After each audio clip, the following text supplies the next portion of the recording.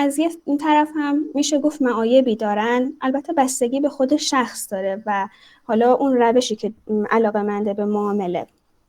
مثلا به خاطر نبود اهرم، برخلاف معاملات فیوچرز، امکان کسب سودهای بزرگ با سرمایه کم وجود نداره و چون بدون اهرم شما معامله میکنید، برای خرید مقدار قابل توجهی از اون دارایی که حالا یه سود خوبی هم به شما برسه، باید سرمایه بیشتری داشته باشین.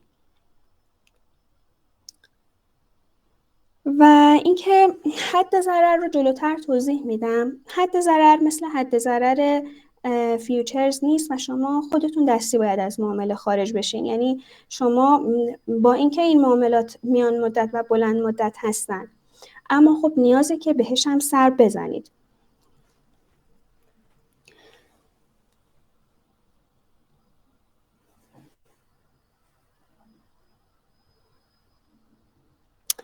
و یه عیب دیگه که این معاملات دارن، البته اونم باز بستگی به خود معامله‌گر داره، اینکه از نظر زمانی یه مقدار طولانی هستن.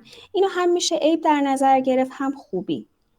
پس لازمه که حالا یه مقدار صبور باشیم باهاشون، با این نوع معاملات، که اون توکن هایی رو که خریداری کردیم، اون سهمی که خریداری کردیم، بگه سودی بشینه.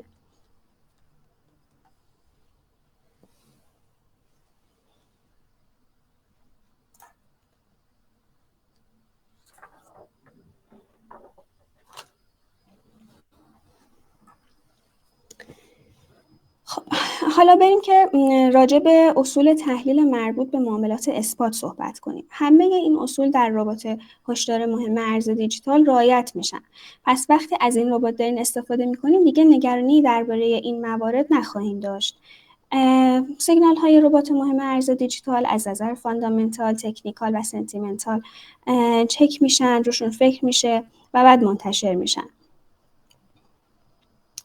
و خب با اینکه معاملات اثبات یک طرفه هستن و به نظر ساده میان، اما همه اینا توشون دخیل هست و بسیار هم مهمه.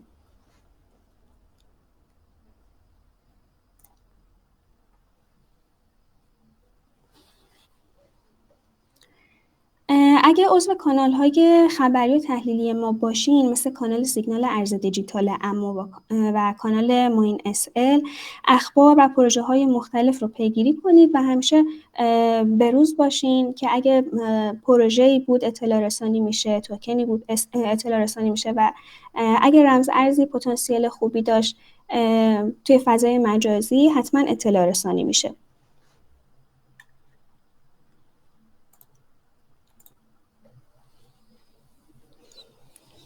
اخبار فاندامنتال، پروژه ها و رویدادهای مهم به شدت روی معاملات اثبات تاثیر میذارن، چون قیمت در بازار اثبات بر اساس عرضه و تقاضا تعیین میشه. هر خبری که روی احساسات و تصمیمات معامله‌گرها تاثیر بذاره، قیمت‌ها رو تغییر میده. اما از یه نظر هم اخبار بازار ارز دیجیتال مثل پیشبینی هواشناسی میمونه. یه روز میگن قیمت‌ها میره بالا، فرداش میگن میره پایین. و آخرم معلوم نیست که باید چیکار کرد. باید چتر برداریم یا عینک آفتابی بزنیم، سل بگیریم، بای بگیریم. ربات هشدار ارز دیجیتال این مسئله رو راحت میکنه، یه بخش بزرگی از تحلیل فاندامنتال رو انجام میده. اما خب پیشنهاد اینه که شما هم خودتون دانشتون رو نسبت به تحلیل های فاندامنتال بالا ببرید.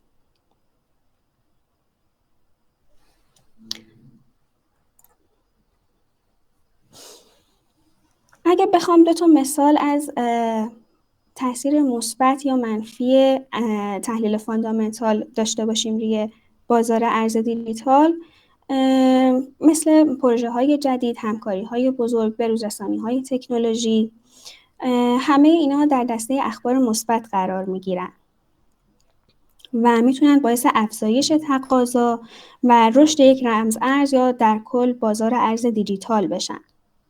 مثلا در سال 2021 رئیس جمهور السالوادور اعلام کرده بود که اولین کشوریه که بیت کوین رو میخواد به عنوان رمز ارز اصلی، به عنوان ارز رسمی در کنار دلار آمریکا بپذیره.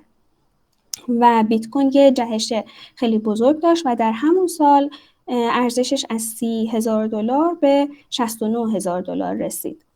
و خب حالا باید اون دانش رو داشته باشین که بدونین و اون منابع خبری رو داشته باشین که بدونین که این اخبار رو کی و چگونه و به موقع دریافت بکنید و حتی بدونید که تاثیرش الان روی بازار ارز دیجیتال چیه. مشکلات صرافی‌ها، قوانین محدود کننده، مشکلات امنیتی، شکست پروژه‌ها، همه اینا در دسته اخبار منفی قرار می‌گیرن و باعث کاهش تقاضا و افت ارزش یک رمز ارز میشن. برای مثال در سال 2020 کمیسیون بورس و اوراق بهادار آمریکا با این رمز ارز مشکل حقوقی داشت و همین دادگاهی شدن ریپل تاثیر زیادی رو ارزشش گذاشته بود و توی مدت خیلی کوتاه توی همون سال ارزشش 50% سقوط کرد. شما اگه اون زمان ریپل رو داشتین و به موقع میتونستین از این اخبار آگاهی داشته باشین و متوجه بشین، متحمل ضرر نمیشدین. به خاطر همینه که اهمیت تحلیل فاندامنتال روش تاکید میشه.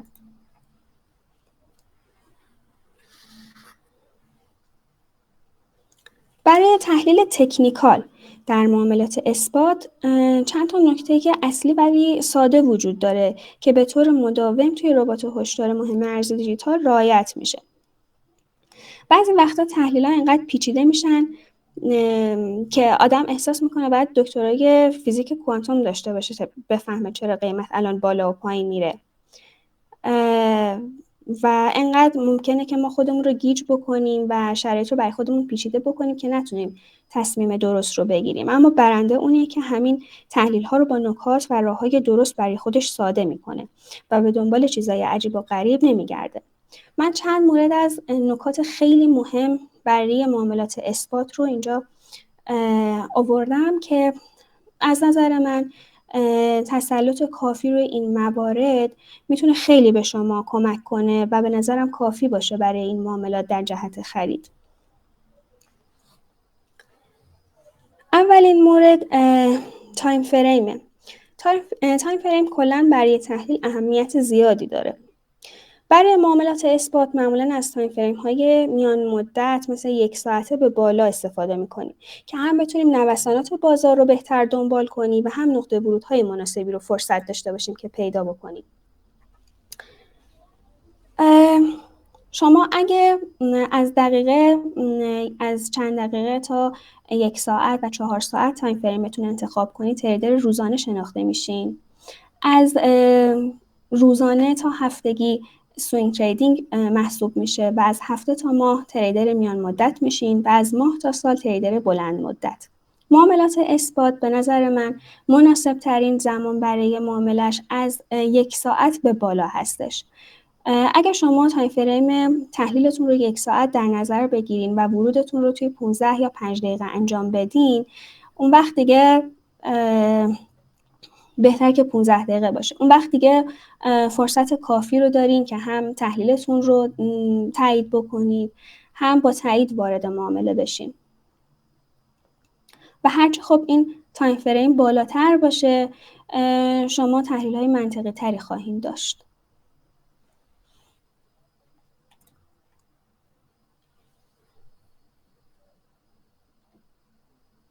بنابراین بهترین تایم فریم برای معامله 1 ساعت به بالا هستش برای معاملات اثبات.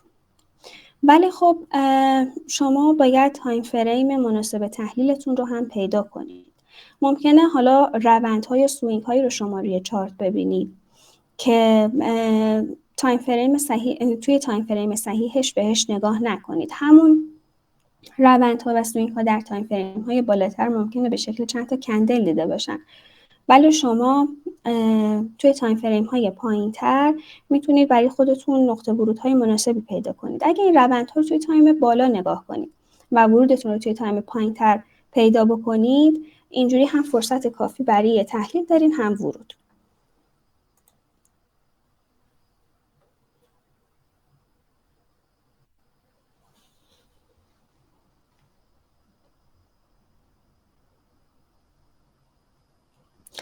از اهمیت‌ها و کاربردهای دیگه تایم فریم داخل معاملات، حالا چه اثبات فیوچرز، توی هر دوش کلا تایم فریم بسیار پر اهمیت هستش. هر ساختار و هر الگویی که شما ببینید تایم فریم مخصوص به خودش رو داره. بنابراین تایم فریم میتونه تو تحلیل بهتون کمک بکنه. روندهایی که تعیین میکنید تایم فریم خاص خودش رو داره، باید توی تایم فریم صحیح بهش نگاه کنید. در واقع سوینگ ها و موج ها یا لگ هایی که توی یک روند میبینید باید تایم فریم صحیحش باشه. نقاط ورود و خروجتون رو باید بدونید که وقتی تحلیلتون توی چه تایمی باشه، ورودتون توی چه تایمی باشه، تاییدتون رو کجا بگیرید. همه اینا اهمیت داره و توی تحلیل تکنیکال جزء اولین نکاته. مدیریت ریسکتون، شما وقتی استاپ و تارگت میذارید باید بدونید که توی کدوم تایم فریم این کار رو انجام بدین. بهینه‌اش بکنید توی تایم فریم های پایین تر که متحمل ضرر نشین. و همینطور اینکه شما ممکنه از اون بر هم زیادی تایم فریم رو برای ورود ببرین پایین تر و سیگنال های ورود کاذب بگیرید. به همین دلیل باید بدونید که تایم فریم رو چقدر پایین ببرید. معمولا وقتی که شما شروع میکنید به تحلیل کردن و ساختار اصلیتون رو پیدا میکنید، از نظر تایم فریم های فرکشنال 2 تایم فریم باید پایین تر برین که برای ورودتون مناسب باشه و تاییدیتون رو اونجا بگیرین. در غیر این صورت ممکنه سیگنال ورود کاذب داشته باشین.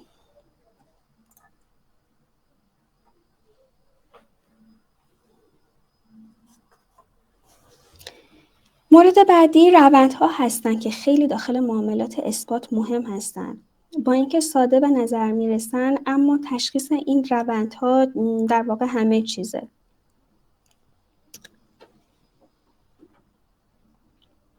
روندها در کل به 3 قسمت تشکیل میشن. روندهای صعودی که ما علاقه داریم داخل بازار اثبات معاملهشون کنیم، پیداشون کنیم. روندهای نزولی که در صورت شکست میتونیم معاملهشون کنیم و روندهای خنثی هم که خودشون ستاپ معاملاتی دارن اما پیشنهاد میشه که معامله نشن. و اینکه حالا یک روند معتبر رو که ما پیدا کردیم روی چارت چجوری از اعتبارش مطمئن بشیم. از نظر سوال آقای لطفی گفتن که تایم فریم 4 ساعته باشه 2 تایم فریم پایینترش چند میشه. یه سری تایم فریم ها هستن ما بهشون تایم فریم های فرکشنال میگیم، یعنی یک ضریب مشخص دارن و به هم تبدیل میشن. اگه تایم فریم تحلیلتون 4 ساعته باشه میتونید 2 تایم فریم پایینتر بریم توی 15 دقیقه.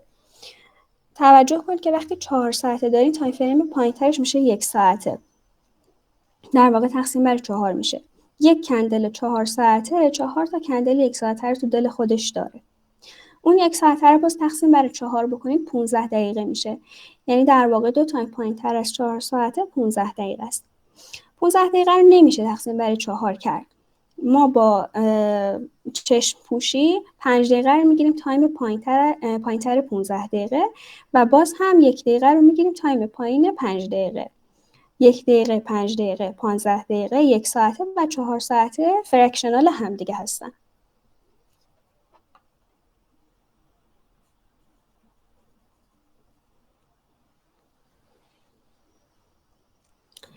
خطوط روندی که ما پیدا می‌کنیم هرچی عمودی تر باشن، هیجانی ترن، هرچی افقی تر باشن به بازار رنج بیشتر شبیهن و ناپایدارن. هرچه شیب روندهایی که ما پیدا می‌کنیم به 45 درجه نزدیکتر باشه و اصلاح‌های نه کم عمق نه با عمق زیاد بهمون بده، اون روند اعتبارش بیشتره برامون. برای اینکه روندها رو بتونیم به درستی رسم کنیم و بدونیم کی همراه روند وارد معامله بشیم بهتره که صبر کنیم 2 تا مثلا در این تصویری که من گذاشتم تو این مثال یک روند صعودی داریم.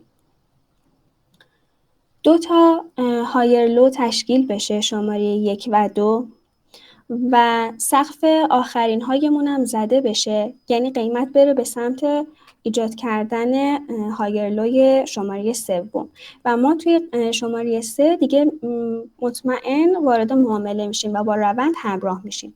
پس اجازه بدین که شماره 1 و 2 تشکیل بشه و از این به بعد شما همراه با روند با خیال راحت معامله کنید.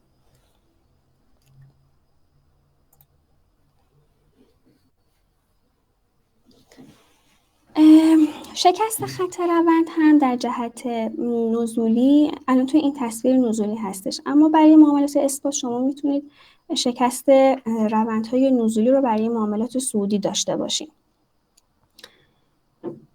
شکست معتبر چه زمانی اتفاق میفته؟ وقتی که یک کندل در تایم ساختار اون روند، در تایم فریم مخصوص به خود اون روند پرقدرت بیاد و روند رو بشکنه و حداقل 1/3 از بدنه اون کندل از خط روند عبور بکنه.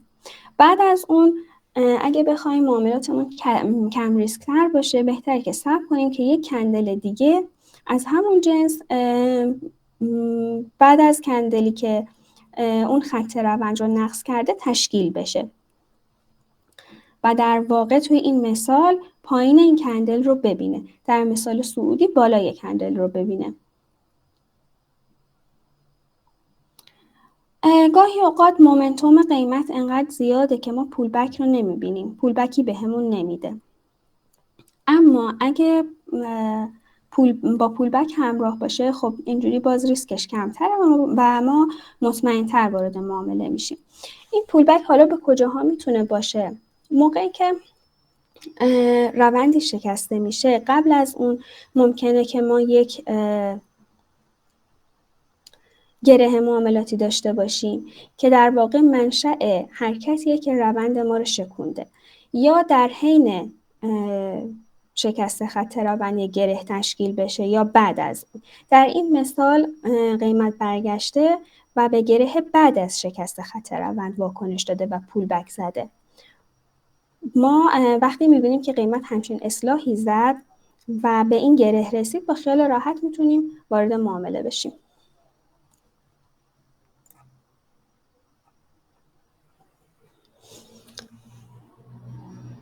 بریم سراغ حمایت‌ها و مقاومت‌ها. در واقع سطوح حمایت و مقاومت، سوالی از روندها ندارین؟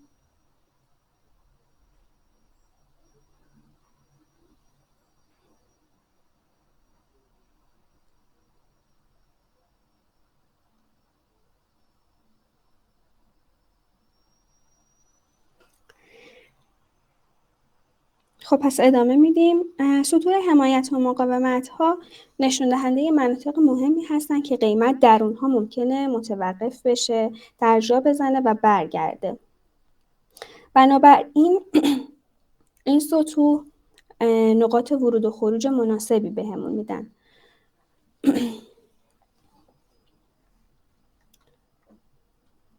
توی حمایت‌ها خریداران میان چه کار میکنن؟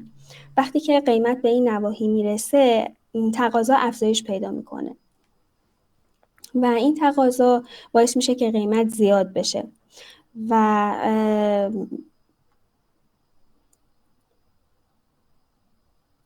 باعث رشد بیشتر قیمت بشه. اما وقتی که قیمت به یک مقاومت میرسه، یعنی بالاتر میره و با یک مقاومت برخورد میکنه، اونجا فروشنده ها هستن که برنده میشن و عرضه قیمت بر تقاضا غلبه میکنه. به خاطر همین قیمت کاهش بیشتری پیدا میکنه و برمیگرده و نزولی میشه. سطوح حمایت و مقاومت هم دو نوع ثابت و متحرک دارن. متحرک همون خط روندها بود که براتون توضیح دادم و کانال ها و موارد دیگه. ولی سطوح ثابت معمولا افقی هستن و نشون دهنده محدوده‌های حمایت و مقاومت قیمتی مهمی هستن که به ما نقطه‌های ورود و خروج میدن.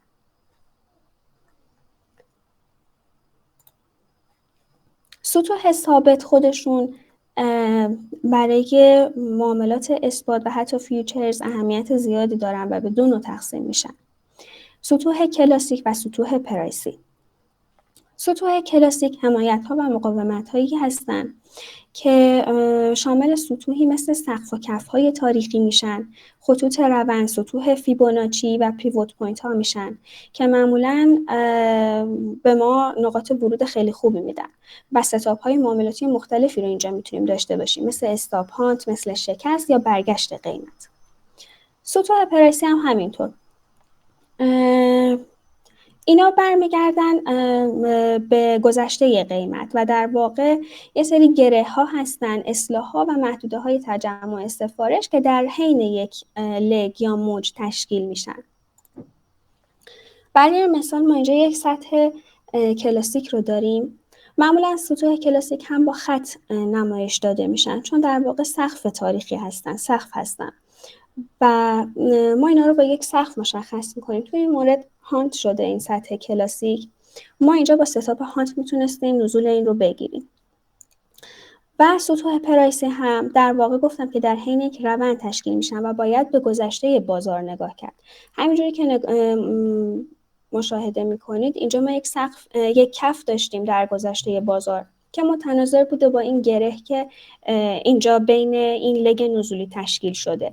خب این دوتا داره به ما نشون میده که این ناحیه یک ناحیه مقاومتی مهمه که اگه در آینده قیمت بهش رسید، با اینکه حالا خیلی درجا زد ولی نتونست ازش عبور بکنه و بیشتر فرو ریخت. پس سطوح کلاسیک شامل سقف و کف‌های تاریخی میشن و پیوت ها، و سطوح پرایسی در واقع در حین یک روند یا لگ تشکیل میشن و گذشته بازار هم اهمیت داره. اینکه ما یک کف اینجا پیدا کردیم که متناظر با این گره بوده خیلی پر اهمیته.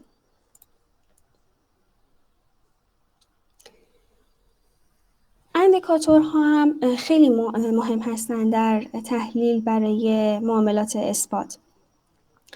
در واقع اندیکاتورها به معامله‌گرها کمک میکنن که روند بازارها رو شناسایی بکنن، حتی نقاط ورود و خروج رو بهشون بدن، اما خب اکثرا یه مقدار تأخیری هستن. اما خب به معامله‌گرها کمک میکنن که تصمیمات رو بهتر بگیرن.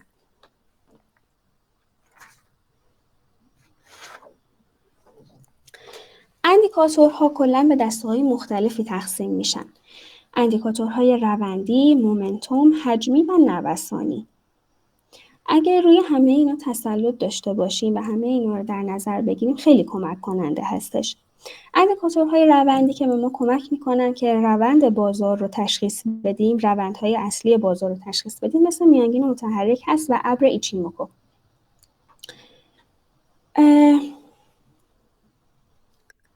در رابطه با میانگین‌های متحرک خیلی کمک کننده هستند و خیلی به تشخیص روند کمک میکنن به ما. میانگین‌های متحرک هم خودشون 3 نوع هستن: میانگین متحرک ساده، نمایی و وزنی.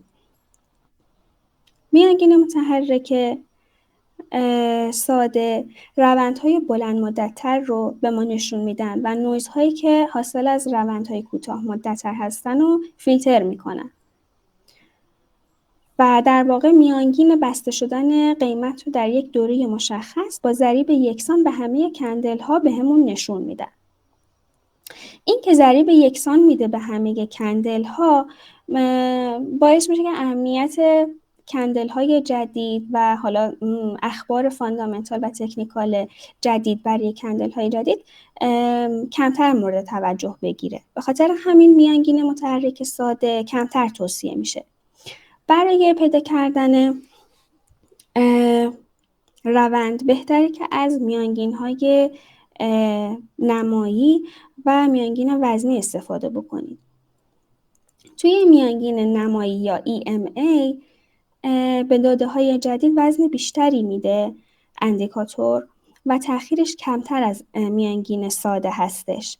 پس توصیه میشه که وقتی شما میخواین معاملات اثبات رو در تایم فریم های میان مدت به بالا تحلیل بکنید، از EMA یا میانگین متحرک نمایی استفاده بکنید، چون تأخیرش کمتره و به داده‌های جدید هم وزن بیشتری میده و بهتون کمک میکنه که تحلیلتون به واقعیت نزدیکتر باشه.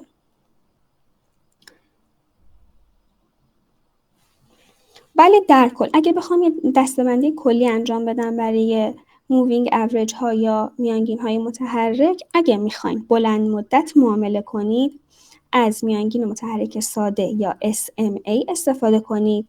اگه میخواین کوتاه مدت کار کنید و نوسانگیری کنید از EMA استفاده کنید، یعنی میانگین متحرک نمایی. اگه میخواین میان مدت کار کنید از WMA یا میانگین متحرک وزنی استفاده کنید.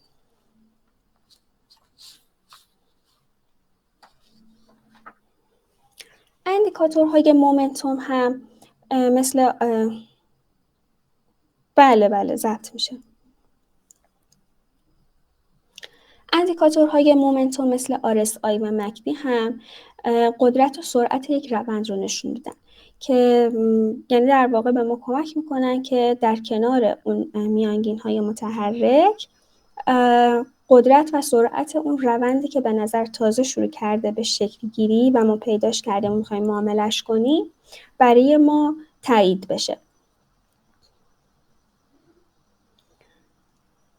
و همینطور معاملات حجمی و نوسانی. باندهای بولینگر هم از اندیکاتورهای خیلی خوب هستن و به ما کمک میکنن که نوسانات بازار رو پیدا بکنیم و از باندهای بولینگر هم سعی کنید زیاد استفاده کنید در تشخیص روندهاتون.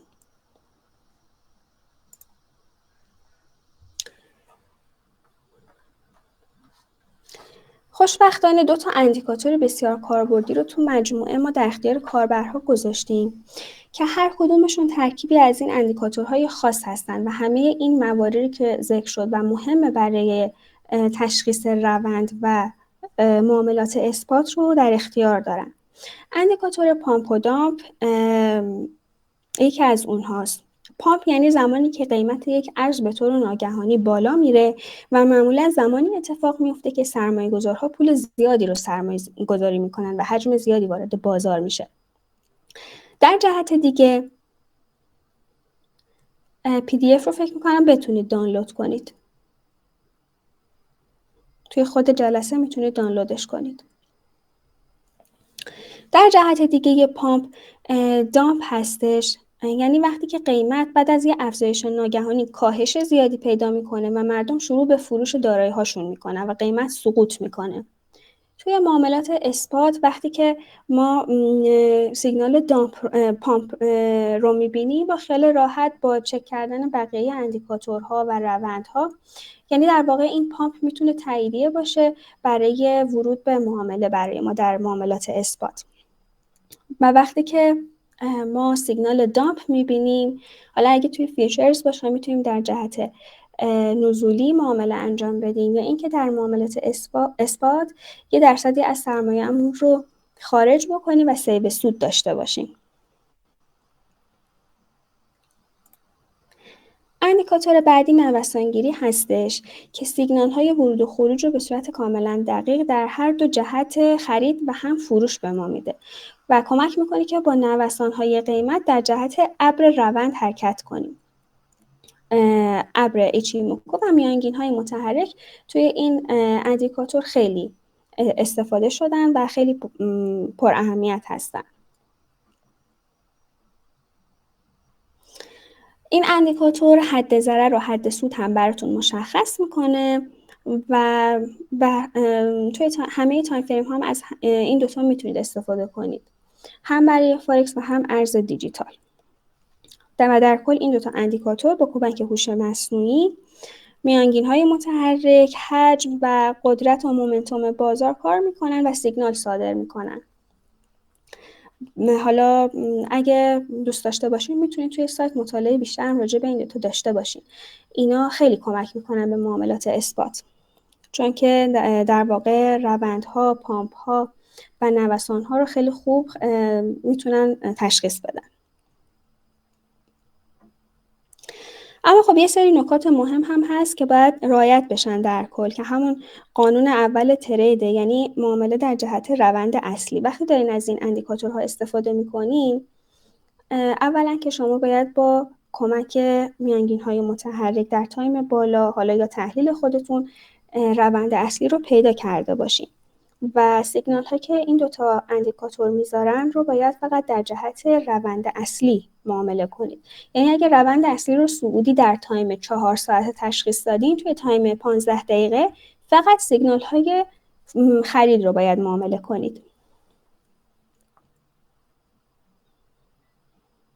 نکته بعدی هم اینه که گاهی اوقات این اندیکاتورها ممکنه یه مقدار خیلی جزئی تأخیر داشته باشن، چون در کل همه این اندیکاتورها که اسمشون رو بردم و لیست کرده بودم در دسته اندیکاتورهای تأخیری قرار میگیرن.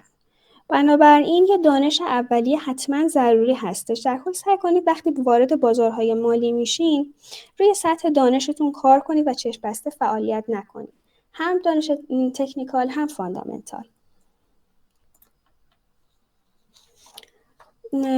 به همین جهت میتونین به سایتمون مراجعه کنید، به کانال یوتیوبمون مراجعه بکنید و دوره‌های رایگان، حالا چه رایگان باشن چه هزینه داشته باشن، روی سایتمون و کانال یوتیوب قرار گرفته. میتونید ازشون استفاده کنید. دوره‌های خیلی غنی هستن، حتی دوره‌های رایگانمون، و به نظر من یکی از دوره‌هایی که من خیلی خودم دوستش دارم تحلیل تکنیکال هست و هر آنچه که شما نیاز دارین برای تکنیکال، چه ساده چه پیچیده، توی بازار اسپات یا فیوچرز اونجا میتونید آموزش ببینید.